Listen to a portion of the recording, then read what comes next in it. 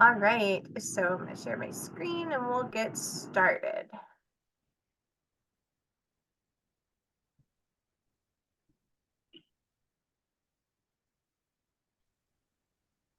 All righty, so what I thought we could do first, because that this is just something I'd like to do, is kind of share, if you could share with me in the chat, or if you want to unmute. Well, first of all, sorry, I'm Chrissy. If I don't know you, I should probably introduce myself, now that I'm asking you all to introduce yourself. I'm the Assistant Director of Student Engagement. I am primarily at Essex. I also am at Dundalk, overseeing those two. My colleague Dan Sim is here with us too. He is at Catonsville. So we are here for you all, for clubs and organizations, to make sure you all are successful, but also for anyone who wants to develop their leadership skills and enhance them more. So we're really glad that you all are here. And now my excitement and enthusiasm can go, and I can move on to my next slide here. So did you know that Dr. Seuss wrote over 60 books throughout his entire life? So what I want you to do as our introduction today is I want you to put in the chat your favorite Dr. Seuss story, if you remember. What your favorite Dr. Seuss story, book, whatever it is. Let's just see what some of those are. And we'll cross our fingers that the one I'm going to be looking at today maybe shows up in the list, or the two that we'll be looking at. Ah, yeah. One fish, two fish, red fish, blue fish. The Lorax, Cat in the Hat, Green Eggs and Ham, Horton Hears a Who. Mm-hmm. Oh, the places you'll go. Yes. It's a classic for graduation, right? I feel like everyone tends to get that one around something, either like graduation or promotion or something, where they leave a job. Yes, Cat in the Hat. Okay, so Demont, you're going to be learning about Dr. Seuss today. I like it. I like it. That is wonderful. Yeah. And I think probably the ones that you all put in the chat are probably the most familiar ones, right? Like they tend to be the ones that are read to us when we were children, or we heard about them a little bit more. And so what I think is really cool about this topic is that we actually started learning a lot about leadership when we were reading these books as kids. So here's what we're going to do today. So we already kind of did our introduction to who we're here today. And if you haven't put your name in the chat yet and why you're here today, please, take a moment to do that. And then we're going to chat about leadership in just a bit. We're going to talk a little bit about qualities that we possess or that we want in folks that we surround ourselves with. And then we're going to learn or hear two Dr. Seuss stories. So we're going to go back to our childhood twice, okay? And then we're going to reflect on each of those stories a little bit about what exactly we saw regarding leadership qualities within that story itself, okay? So there's a bunch of Dr. Seuss quotes in here because I do love them. The Grinch, yes. There is no one alive that's youer than you. There's just some classic Dr. Seuss lines, right? P.S. I found this template and I'm in love with it. Like, I was like, I need a Dr. Seuss template. Bam, Dr. Seuss template. Amazing. All right, we already did that. Okay, so let's just take a couple of minutes. You can unmute, you can use the chat, whatever you would prefer. But I want us to make a really great list of leadership qualities. So I want you to think about, what are some leadership qualities maybe you possess? What are some that you admire in other people? And if you were with me during the last session, we talked a lot about values and like things you admire about someone that you look up to. So what qualities are there, right? Maybe some leadership qualities that you would want on your team, whether that's a team that you're a club, organization, at work, in your classrooms, right? We have to do group work all the time. And how about maybe leadership qualities that are out there, but you just don't like them, even though that they're out there, because they're still leadership qualities, right? Okay, so Zoe put in communication. Yes, that is definitely a leadership quality. Organization. Yeah. And that can kind of be seen multiple ways, Romeo, right? Like you as an organized person, but then also the organization or the group that you're working with, right? And their organization too. Yeah. Confidence.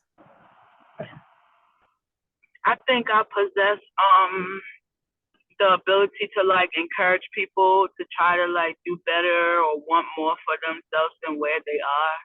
I know I'm really good at that. Yeah. Yeah. Maybe even like a side of empathy at the same time. Yeah, just like encouraging people, because sometimes people don't even realize that they possess, the ability to do better and not, just stay at one place that they're at. So I just try to encourage them, like, you can do it, Yeah. Then when they start doing it, they be so happy and so proud of themselves, whether they go back to school, something like that. So I know I do that every single day. Absolutely. I love that. Encouragement is such a big thing. Confidence, decisiveness. Yes, right? Someone who's not I hate to say wishy-washy, right? Oh yeah, we were there, Sarita. We were with each other. Approachability. That one's really good too, right? That one, I like that term. Being kind and asking people for their input. So seeking opinions and valuing people's opinions, right? Is really good as a leader. Does anyone else have any they want to add to our list? Professionalism. Great. Yes. Trust with yourself and others. Yes. So many times, right, we get put in positions as leaders that we might doubt ourselves and we might go, can I do that? But realizing that we can, right? We can do that. And I love the trust with other people too. So I don't know about you all, but I did go through a phase in my life where I felt like as the leader, I had to do everything, right? Because I had the vision and I knew what that was supposed to look like. And so then, in my opinion, I had to do it all. But then what happened was I alienated those that wanted to help me, right? And so I had to kind of learn how to trust other people that we had a shared vision. Empathetic, confident. I love all of these. These are really, really great terms to think about with leadership. All right. So we are going to go into our first story. Now, the fun part about this is that I don't think any of you actually talked about the two stories I'm going to do today. So whether or not you've known them or you've seen them before, or you haven't, we are going to go into them. So what I want you to do, well, it's not me reading, it's a video that's going to be reading you the story. It's actually going to be showing you the book and everything. So it's an animated reading. Is I want you to look for leadership qualities that maybe come out during this reading that maybe you just never thought about before. Okay, because you've never read this book thinking, well, what leadership qualities are there out there and what can I do, right? Okay. So this one's called Yertle the Turtle. Has anyone heard of Yertle the Turtle before? No. I'm seeing some head shaking. No. Yep. Oh, I heard a yup. Okay. All right. That's good. I'm hearing nope. Okay. Well, Yertle the Turtle, I think is a good one to start with. Again, a Dr. Seuss one. And Sarita, I'm gonna mute you for a second just so the volume stays up for you. Oh, you did it. Thank you. All right. Here we go. Turtles, he built a new throne. Let's start in the middle. All right. On the faraway island of Salamasand, Yertle the turtle was king of the pond. A nice little pond. It was clean. It was neat. The water was warm. There was plenty to eat. The turtles had everything turtles might need, and they were all happy, quite happy indeed. They were, until Yertle, the king of them all, decided the kingdom he ruled was too small. I'm ruler, said Yertle, of all that I see, but I don't see enough, that's the trouble with me. With this stone for a throne, I look down on my pond, but I cannot look down on the places beyond. This throne that I sit on is too low down. It ought to be higher, he said with a frown. If I could sit high, how much greater I'd be. What a king! I'd be ruler of all I could see. So Yertle the Turtle King lifted his hand, and Yertle the Turtle King gave a command. He ordered 9 turtles to swim to his stone, and using these turtles, he built a new throne. He made each turtle stand on another one's back, and he piled them all up in a 9-turtle stack. And then Yertle climbed up. He sat down on the pile. What a wonderful view! He could see almost a mile. All mine, Yertle cried. Oh, the things I now rule. I'm king of a cow, and I'm king of a mule. I'm king of a house, and what's more beyond that, I'm king of a blueberry bush and a cat. I'm Yertle the Turtle, oh marvelous me, for I am the ruler of all that I see. And all through that morning, he sat there up high, saying over and over, a great king am I, until long about noon, then he heard a faint sigh. What's that? Snapped the king, and he looked down the stack. And he saw at the bottom a turtle named Mac. Just a part of his throne, and this plain little turtle looked up and he said, Beg your pardon, King Yertle. I've pains in my back and my shoulders and knees. How long must we stand here, your majesty, please?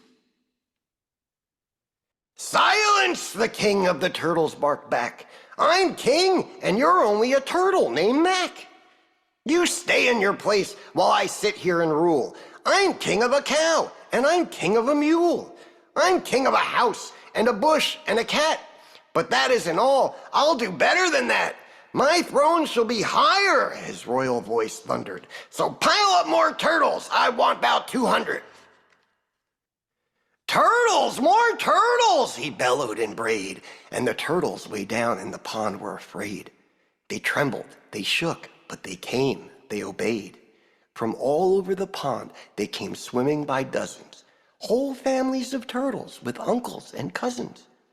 And all of them stepped on the head of poor Mac. One after another, they climbed up the stack. Then Yertle the Turtle was perched up so high he could see 40 miles from his throne in the sky. Hooray! Shouted Yertle. I'm king of the trees. I'm king of the birds, and I'm king of the bees. I'm king of the butterflies, king of the air. Oh me, what a throne, what a wonderful chair.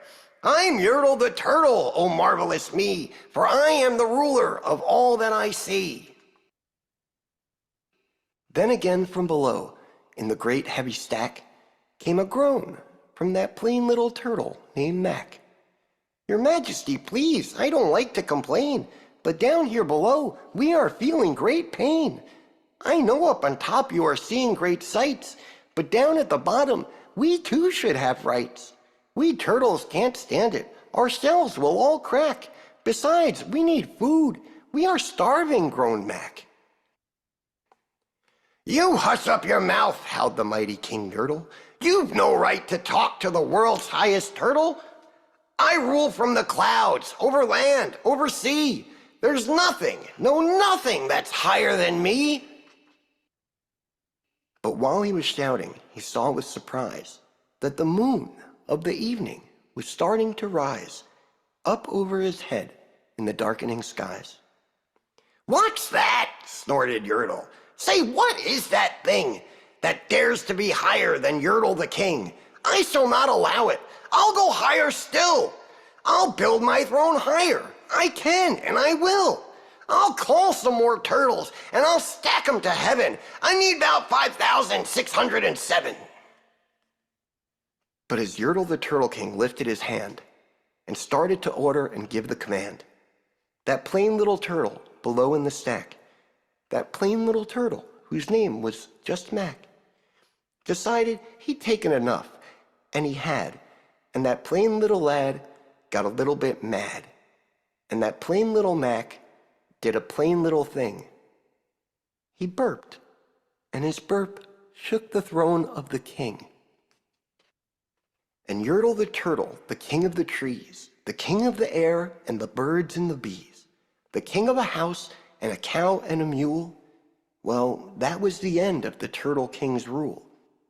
For Yertle, the king of all Salamasand, fell off his high throne and fell plunk in the pond. And today, the great Yertle, that marvelous he, is king of the mud, for that's all he can see. And the turtles, of course, all the turtles are free, as turtles and maybe all creatures should be. The end. Alrighty. So let us digest for a minute. And I want you, again, you can unmute, you can put it in the chat, whatever you think is best.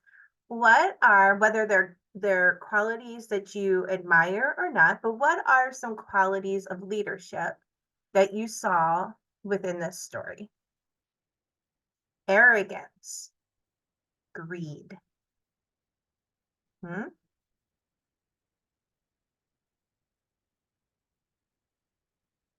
Pride. Hi, good morning. Hi. Sorry for being late. That's okay. Standing up for each other. Yes, that is a nice one too.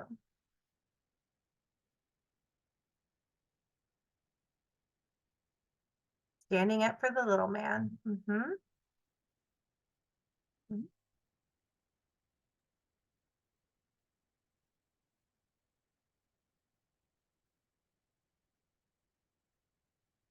Taking ambition, excuse me, in an unhealthy way. The king does. Oh, I didn't want to play. Now I'm rhyming just like you're the turtle.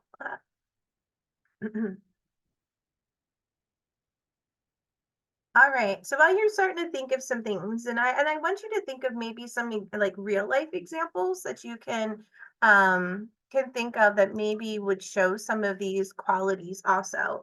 But let's just talk a little bit about power, empathy, and integrity. And I think some of these you all had already started touching on. So power was King Yertle, right? He wanted all of the power, and he wanted to be able to show everyone that he was ambitious, right? As a leader, it's good to be ambitious. It's good to have big dreams and set big goals, right? But he had no regard for anybody that was quote unquote beneath him, right? That he was ruling over. And he expected his fellow turtles to do exactly what he said. He didn't want disagreements. All right, because he knew he was the highest and superior to all of them. Right? Okay. So also think about his power, his need for that power, right? And it led him to stalk other turtles, ignoring all their complaints. So he wasn't taking the time to listen to them, right? So really here, the lesson that we could probably take from King Yertle is that sacrificing the happiness of hard work of others to succeed your own success will cost you in the end. Okay, so think about that for a minute. If you treat people with respect, you show empathy, which we talked about earlier. Respect and empathy were two things that you all already identified as leadership qualities that you like. Recognizing people for their contributions and who they are. Otherwise, your throne just might crumble right in front of you, right? I'm going to take a minute and read. You have to make wise choices based on what is fair for everyone. So employees do not seek unemployment due whatever selfish reasons the employer created. Yes, absolutely. That's a really good example. Are there other examples that you all can think of that maybe are similar to what King Yertle did? Trying to climb high, King Yertle became blind himself. Yes, yes, yes. These are great. Okay, so I'll move on to the next one. So empathy. So we chatted about empathy earlier because you all identified empathy as one of those leadership, by Professor Hagen, one of those leadership qualities that you really, admire or possess or, want to be around. So I don't know, I think you all might have said Horton Hears a Who earlier, but one of Dr. Seuss's books talks about Horton, and Horton is as honest as anything, right? So honest as Horton is sometimes a phrase that you will hear. And the quote from that book that I think resonates a bunch is, I meant what I said and I said what I meant. Okay. An elephant's faithful 100%, right? So you have to be honest, right? So poor little Mac at the bottom was trying his best to be honest with King Yertle. Like, I'm hungry, right? And all those things. Like, I'm not feeling right. My back's hurting. Like, you just put how many thousands of turtles on top of me so that you can see, and I'm in pain. And he's trying to be honest, right? But King Yertle had no empathy for that because he could only see what he wanted to see, right? So sometimes honesty and straightforwardness, not sometimes, always, honesty and straightforwardness are essential for leaders. Okay. You need to be able to speak how you feel and be respected for that, which is another quality that you all put in the chat earlier. And let's just be honest with each other. When you have to deliver bad news, it is never an easy conversation, right? It's never easy to have to tell somebody that you don't think their idea might be the best idea. Or if even if you're a manager or supervisor, if you have to let someone go from their position, or maybe it's an executive board that you're working on and someone just isn't meeting the expectations of where they need to be, and you need to have difficult conversations. It's really hard to do. We don't like to do that. But the honesty and straightforwardness is going to be better than sugarcoating anything, right? Like, just be straight up and honest. So then you can deal with it either as a group or as, two people as a couple dealing with it. And it's just going to break trust if you try to sugarcoat it all the time. Okay. So strive for transparency and authenticity when you're thinking about being a leader. Honestly, I think people will respect you as a leader if they know you're genuine and they know you're reliable, right? I'm gonna go to the chat for a minute. So Romeo said, one's position can change in a hot second. Yes, nothing is promised. It's a privilege and an opportunity to exist in that capacity. Absolutely, right? Some of us choose to be in leadership. Some of us get appointed into leadership. And I think all of those things could be taken away in an instant, right? Depending. Nehemiah, being honest is good, but you have to have empathy in order for the message to be respected and received. Correct. Like, it's so much easier to show compassion, right? For somebody to show the human side, excuse me, in what we're doing. So the last point that I want to just kind of say, and then if you all can think of maybe some examples that you have seen of either power, empathy, or an integrity in your leadership positions, I would love to hear a couple of them. But listen to the small voices, right? Like little Mac down at the bottom. He was just this little voice down there, but his voice was so powerful in what he was trying to say, right? If the king would have listened to him, maybe he would have heard that, hey, I need to take a break, right? Before something happened where everything just tumbles from the top down. In this instance, he burped, right?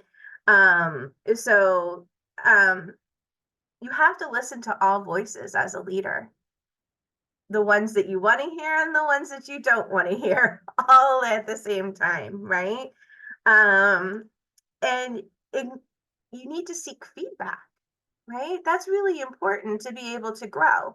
And I say that all the time. I say this about these sessions. I say it about, working within different groups and organizations. I always ask for feedback because I believe that I'm an ever learning learner. That was kind of redundant, but I'm constantly learning, right? And I want feedback about how things are going or how I handled something or presented something or whatever. You have to have an open mind when you get that feedback, though. So some people will hear that feedback and they'll shut down because don't criticize me, right? But again, it's how you approach it. So pay attention to quiet voices because they might hold the key to preventing any downfall that you might have. So does anyone have any examples of either power, empathy, or integrity that they have experienced? Yes, Nehemiah, thank you. Hello, everybody. Again, sorry I was late. But Dan has been an excellent leader to me. This semester has been very challenging on like health aspects, mental aspects, and Dan has just extended a whole bunch of grace and empathy. And I just wanted to say thank you for just keeping me feeling like grounded, and like it's always good to have that extra like support system. Even it's like a new position, but Dan is still like supportive and he's still like helpful and make sure like I'm good in every aspect. So I just want to say thank you and just give him a big shout out because he's one of the best leaders that I've ever had in my life. So just thank you, Dan, for being so supportive. Yay, Dan. Dan was not King Yertle in this situation, right? Like he wasn't trying to build his throne up and make you all feel squished, right? That's great. Thank you for sharing that. Right. So he was empathetic to you. He had a listening ear. He also demonstrated, leadership qualities that you appreciate. So thank you for sharing that. Does anyone else have an example?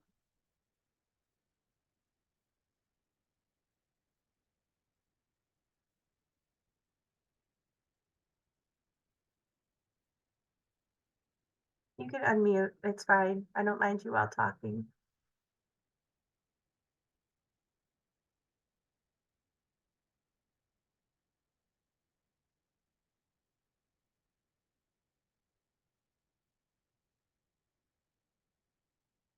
I can give you all an example if you're still kind of thinking about maybe an example that you have, but listening to the small voices, but also having empathy. So how many times have you maybe been in a situation where you can't exactly relate to what people are telling you because maybe you yourself have not experienced that personally, but you understand that these people that you are talking to are going through something. So you want to be empathetic to what they have to say, right?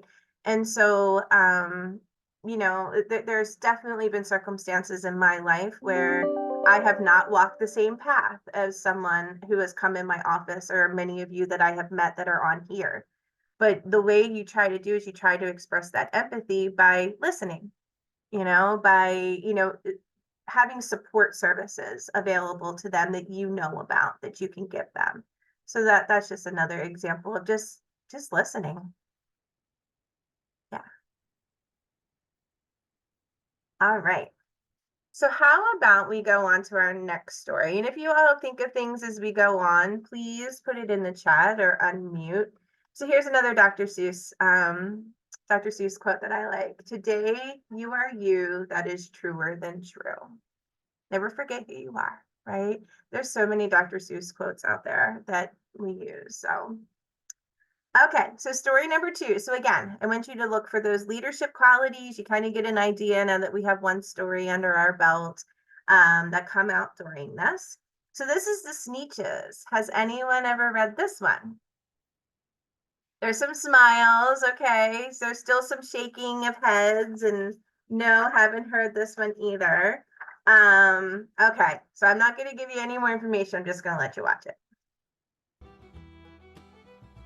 The Sneetches by Dr. Seuss. Now the star-belly Sneetches had bellies with stars. The plain-belly Sneetches had none upon theirs. Those stars weren't so big. They weren't really so small. You might think such a thing wouldn't matter at all.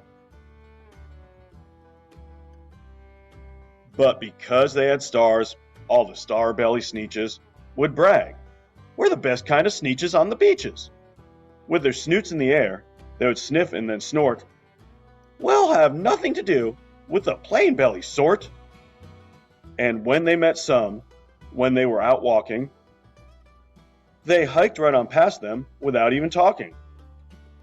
When the star-bellied children went out to play ball, could a plain belly get in the game? Not at all. You can only play if your belly had stars, and the plain-bellied children had none upon theirs. When the star-belly Sneetches had frankfurter roasts, or picnics or parties, or marshmallow toast, they never invited the plain-belly Sneetches. They left them out cold, in the dark of the beaches. They kept them away, never let them come near, and that's how they treated them, year after year.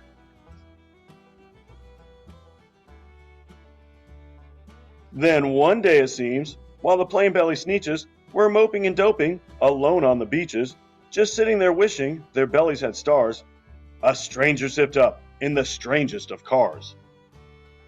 My friends, he announced in a voice clear and keen, my name is Sylvester McMonkey McBean, and I've heard of your troubles. I've heard you're unhappy, but I can fix that. I'm the fix-it-up chappie. I've come here to help you. I have what you need.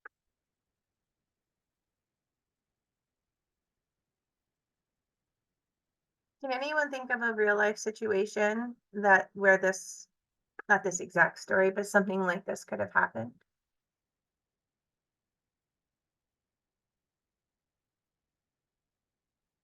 Gina, you're right. It was a very hard lesson to get to that point, right? Striving for inclusion. Yes, yes, yes, yes.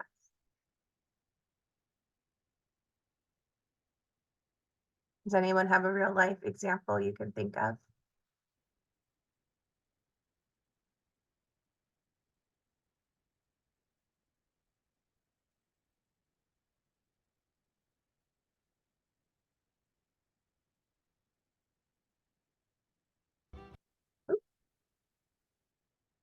Okay. I have a real life situation right now. I'm sitting Yeah, in an MSSI office, and it's for guys, but they include us girls because inclusion, so and yeah. acceptance. Yeah, different offices, right? No, I think that's a great example. Same thing with student engagement, right? You don't need to be a leader to come in the student engagement office.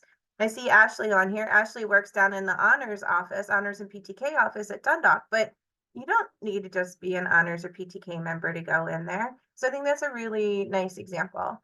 Gina says it reminds her of Rudolph in the beginning, right? No one wanted Rudolph, right? Because they said, he's too little and he's this and he's that, right? That's a really good example also. All right. So some of the things I would like to just kind of talk about as we go through is definitely fairness, right? So they bring up this whole concept of fairness, and fairness can kind of go with embracing diversity and promoting equality at the same time. So this is acceptance. We need to accept who we are, number one, but who also is in our groups, right? So as a leader, we have to realize that superficial differences should not dictate our treatment of others. Okay, so just because someone talks different, walks different, dresses different, acts different, all of those different things, right, doesn't mean that we treat them any different within our groups. True leadership involves embracing diversity and promoting inclusivity. So thank you for putting that in there, Ashley. That's a really, really important one. Accept people for who they are, even if they might be a little different than you. Okay. The other one is humanity, right? So uh overcoming prejudice, overcoming these big things of, eventually at the end, right? This Nietzsche's decided we don't, these stars don't define what we're worth. These stars don't mean one thing or another. We're Sneetches, we're who we are. Just like we're humans, we're who we are, right? And they learn to accept each other regardless of whether or not they had a star or they did. That's a really important life lesson to think about, right? Accepting human beings as they are too. So leaders should actively combat prejudice within your teams, and you should always encourage empathy. Educate people, right? There is nothing wrong with educating people about something that maybe they don't know about, okay? Whether that's part of who makes you as a human being, or maybe makes someone else as a human being that people just don't understand. Take that time to educate people and create an environment where everyone feels comfortable and everyone feels valued, right? In this environment, no one felt comfortable. There were two groups fighting against each other, right? No one felt like they could work cohesively together until the end of the story. Okay. And listening and valuing opinions. We kind of just talked a little bit about this, but their obsession with stars led to chaos, right? So their obsession for wanting something or not wanting something or being different than other people and having their differences be the thing that stands out just created chaos. And they just kept changing and changing and changing until all of a sudden they didn't have any money and they couldn't change anymore. Okay. So effective leaders actively listen to all their team members, regardless of their star status, right? And if you ignore opinions and value only people of seniority or only people that you believe you should value, you're gonna struggle to create a cohesive group and the morality of that group too, right? So leaders who truly listen foster a collaborative environment. And that's always should be a goal of everyone, to have a collaborative environment when you're thinking about leadership. And then I don't want to, I also like to talk a little bit about our Sylvester McMonkey McBean in here, Mr. Con Artist himself, right? So he actually, why we call him a con artist, he actually to me was kind of the hero of the story. And I don't know if you all agree with me or you don't agree with me on that, because he actually makes the Sneetches see that they're being very vain about who they are. And they have all this insecurity about them, right? And so he's the one, once he took all of their money and they had no other way to change, he's the one that then drove off and left them to figure it out. But in a way, he helped them because all of a sudden they went, huh, yeah, we don't need these stars. Like, right? So at the end of it. So you also just need to make sure that you don't fall into the trap of valuing external symbols over substance of people. So you should value somebody's what's going on the outside over top of what's going on the inside, right? And discrimination based on superficial traits harm people and individuals. We want to make sure that we're not discriminating against people because they have something or don't have something or vice versa. So the biggest thing to take away from this one is remember that leadership involves fairness, empathy, and seeing beyond surface differences. Who would have thought? Children's books teaching us leadership as we get older, right? And there's actually two other, I'm not going to get into them today, but there are two other books that have really great examples of leadership. One is called Gertrude McFuzz, if you've ever read Gertrude McFuzz. The other one is called The Zax, so Z-A-X. So maybe sometime we can explore those together today or together in the future. But they're really good ways of, we're starting out really young teaching these lessons to children because these are children's books. But as a child, you're not walking away with what we talked about today, right? You're walking away going, ha, they don't have stars on their bellies, right? I mean, you have to think in the mind of a child, right? But really, we're taking away very valuable lessons when it comes to all of these stories. You're off to great places. Today is your day. Your mountain is waiting, so get on your way. Someone talked about this book earlier, Oh, the Places You Will Go, right? I think one of the most popular Dr. Seuss books that is out there. So you're off in your way because I'm finished for today. Ha! Look, I rhymed. Does anyone have any comments you want to make about today's session or any last thoughts you would like to share? I just want to say thank you for this, and it's good information. It's always good to learn new things and how to make other people comfortable in situations. Like you can, like I can hold myself accountable and say I don't know if I ever offend somebody. So like if I did, now I know how to not do it, so nobody else will be offended. So, thank you. You're welcome. You're welcome. And I hope you just walk away just thinking about it in a different way, right? That's what we're all here for. How can we become even better versions of ourselves? Because we're all pretty amazing already. So, how do we get even better? You all are welcome. Oh, thank you. Thank you all. You guys are thanking me. And I'm now thanking you. And look, we're being like, we're going back and forth, right? So we will have a few more of these leadership sessions, of course, after spring break. We will come back and we're going to focus on some more topics.